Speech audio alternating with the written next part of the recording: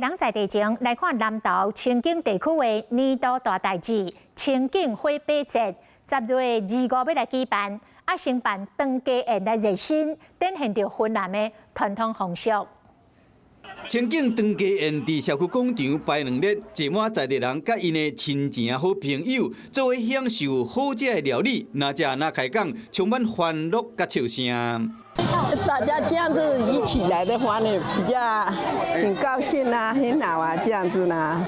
清境地区的人大部分来自中国云南的各族，长家宴就是族群相当有代表性的传统风俗。透过长家宴联络居民之间的感情，嘛传承族群文化的特色，同时嘛要为刷落来火把节来热身，凝聚社区的共识，延续社区的传统，一个部落团结传承一个历史的一个责任。丰富多元的族群文化是仁爱乡的特色。云南少数民族的传统舞蹈，嘛原住民的歌舞，仁爱乡公所欢迎大家伫10月25、26两天参加火把节。